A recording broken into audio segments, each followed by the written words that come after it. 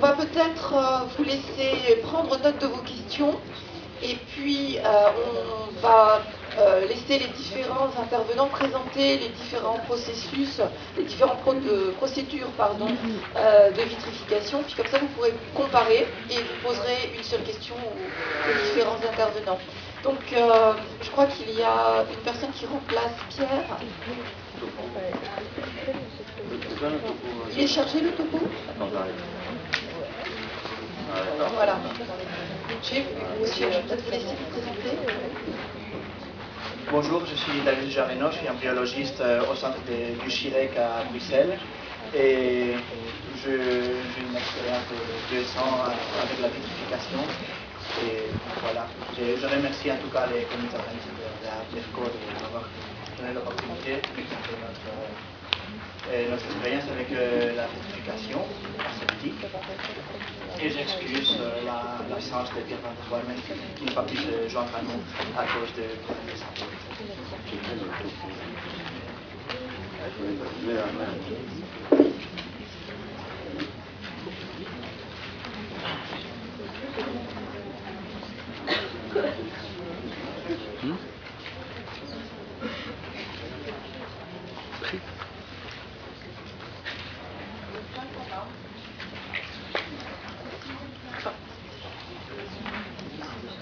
Alors pour commencer, voilà les diagrammes de phase qu'on a déjà vus, où on peut voir que l'eau liquide peut se transformer lors d'un refroidissement, soit en solide cristallin, ce qui est préjudiciable pour la survie du matériau biologique, ou dans un solide non cristallin, amorphe, qui se réalise lors de la vitrification, qui consiste exactement en ça, la solidification d'une solution. Quelles sont les conditions essentielles pour avoir un état vitrifiant? Ce sont les vitesses de réchauffement et les vitesses surtout de refroidissement.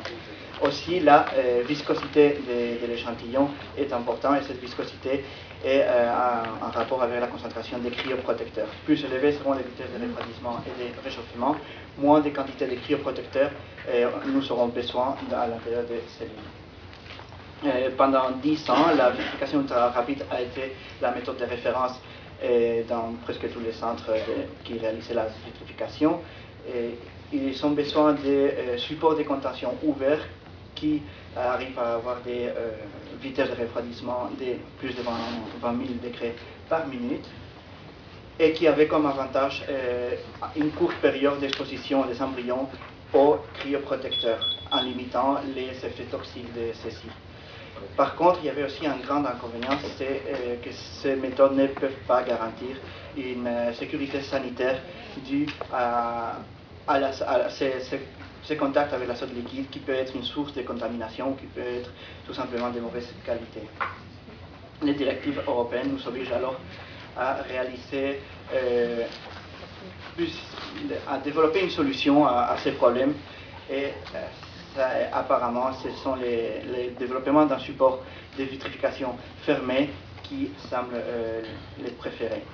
Pour notre part, nous avons développé il y a 7 ans le support chez Cryobiosystem de la vitrification haute sécurité, mais pour différentes raisons, on a préféré changer les designs que nous avions pour la vitrification en système ouvert, les Mistral, dans un système de vitrification fermé, les VitriSafe, qui permettait un isolement complet de l'échantillon de l'azote liquide. Lors de nos toutes premières observations, on a vu que les taux d'embryons dégénérés lors du réchauffement étaient beaucoup plus hauts qu'avec les systèmes ouverts, et c'était dû à que les vitesses de refroidissement descendaient à 20 000 degrés par minute au lieu de à 2000 degrés par minute au lieu de 20 000 comme dans les systèmes ouverts. Alors, on revient dans notre formule. Si les vitesses de refroidissement sont plus petites, il faudrait augmenter la quantité de cryoprotecteurs dans les cellules. Est-ce qu'il faut tout simplement augmenter le temps d'exposition des embryons aux cryoprotecteurs? Il faut dire que tous les milieux commercialisés pour la vitrification sont tous adaptés au système ouvert.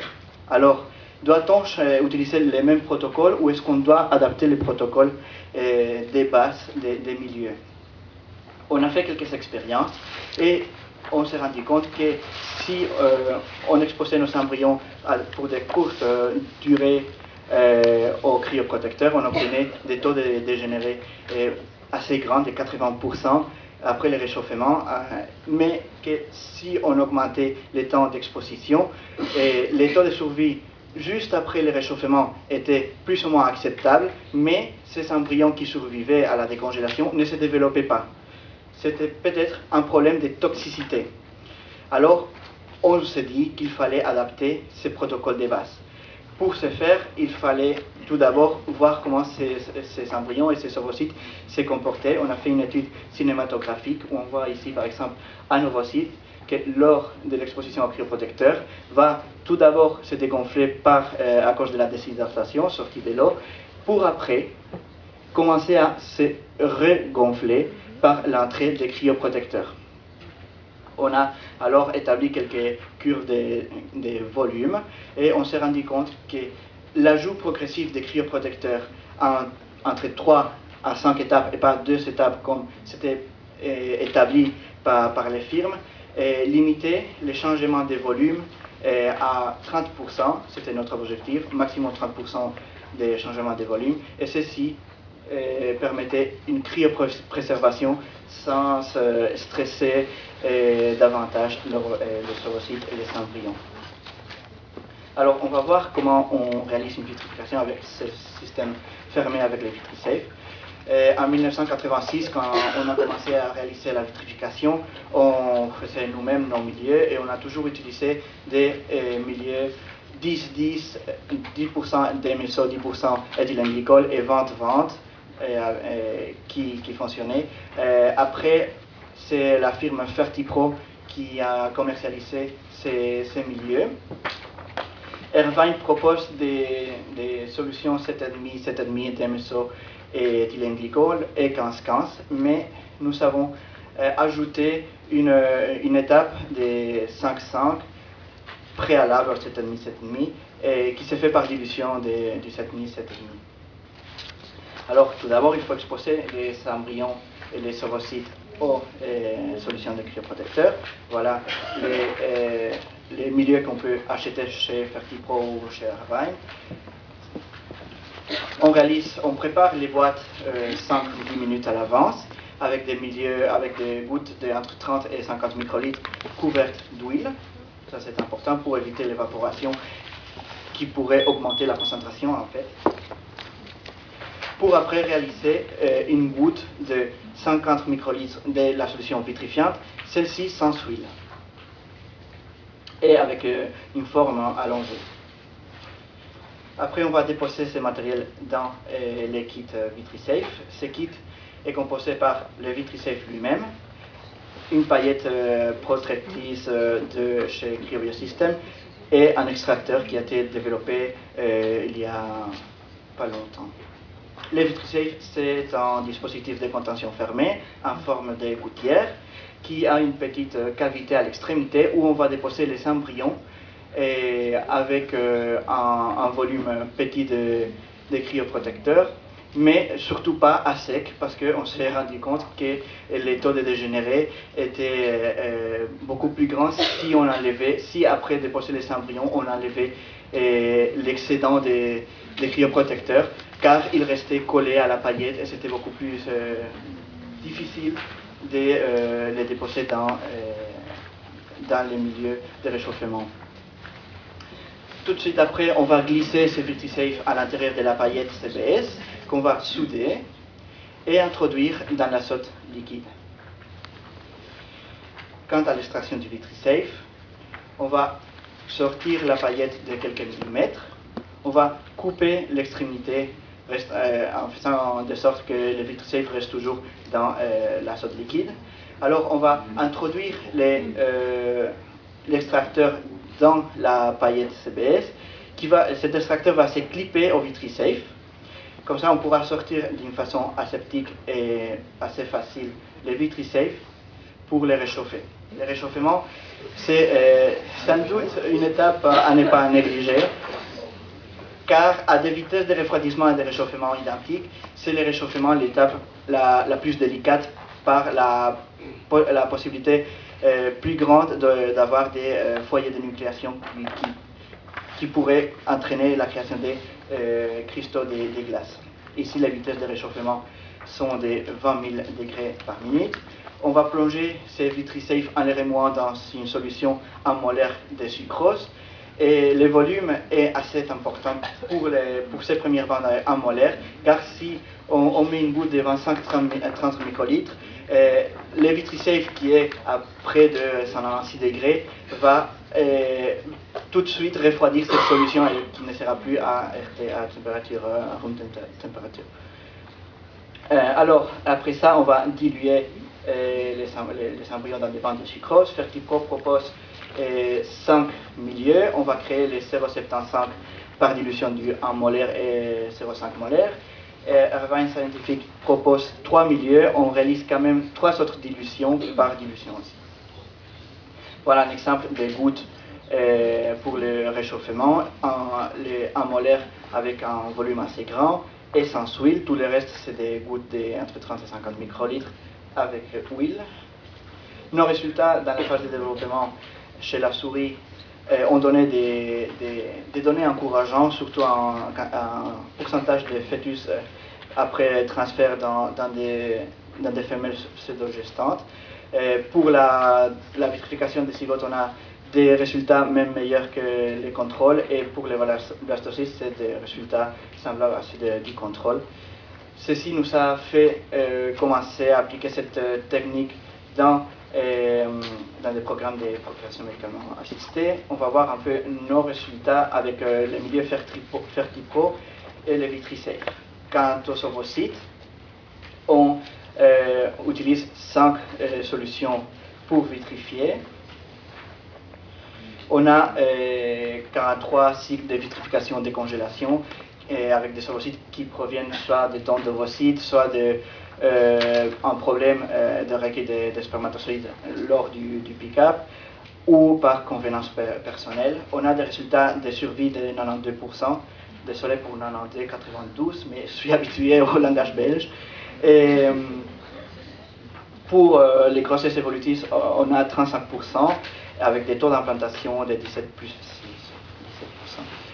17%. Et si on compare nos résultats avec d'autres résultats avec les mêmes milieux, on obtient des résultats semblables, sauf pour l'article d'Anna Cobo où il y a des taux de grossesse bien supérieurs, mais ici, toutes les ovocytes proviennent des dons d'ovocytes dont les patients seront sûrement plus jeunes et la qualité ovocytaire de ces patients sera quand même meilleure que pour nous.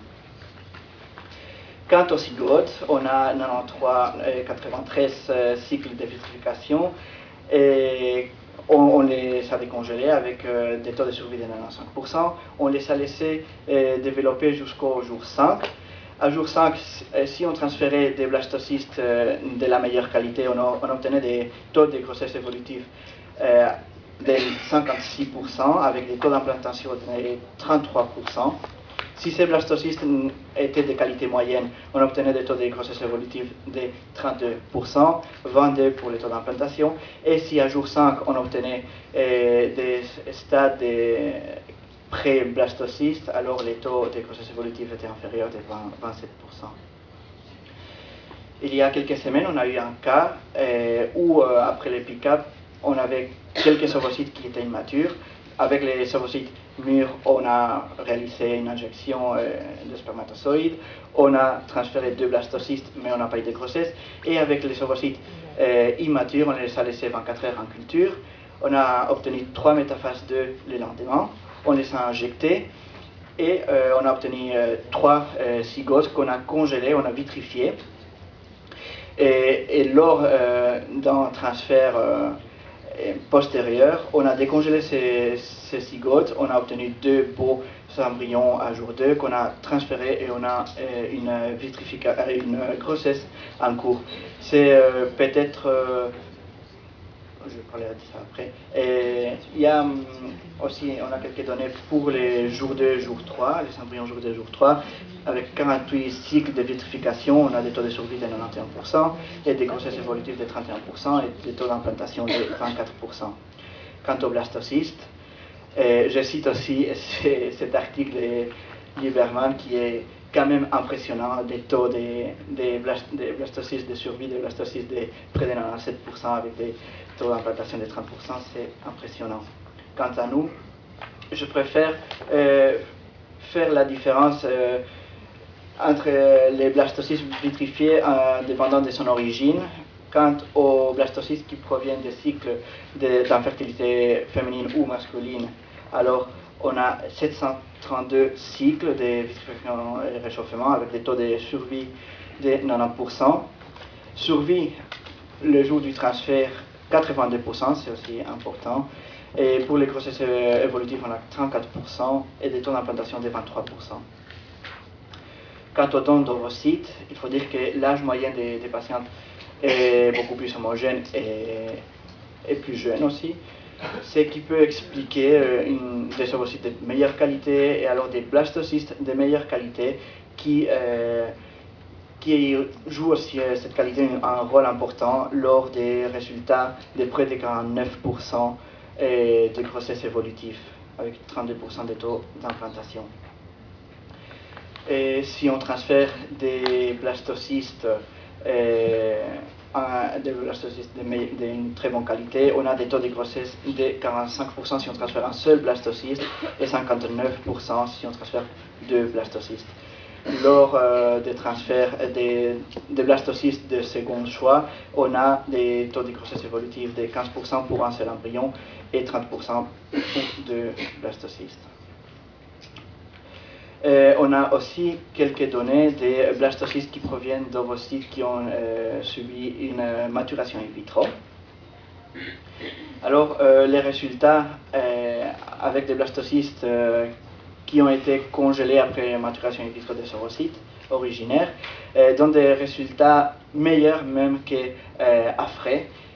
C'est peut-être dû parce qu'on enlève les facteurs asynchronie du fait que les ovocytes ont suivi une maturation pendant quelques heures. Alors, il vaut mieux vitrifier et transférer dans un cycle artificiel où les cycles de la femme et les cycles de développement du blastocyste sont en synchronie. On réalise aussi la vitrification des blastocystes en éclosion ou totalement éclos. Vous pouvez voir ici les blastocystes avant vitrification.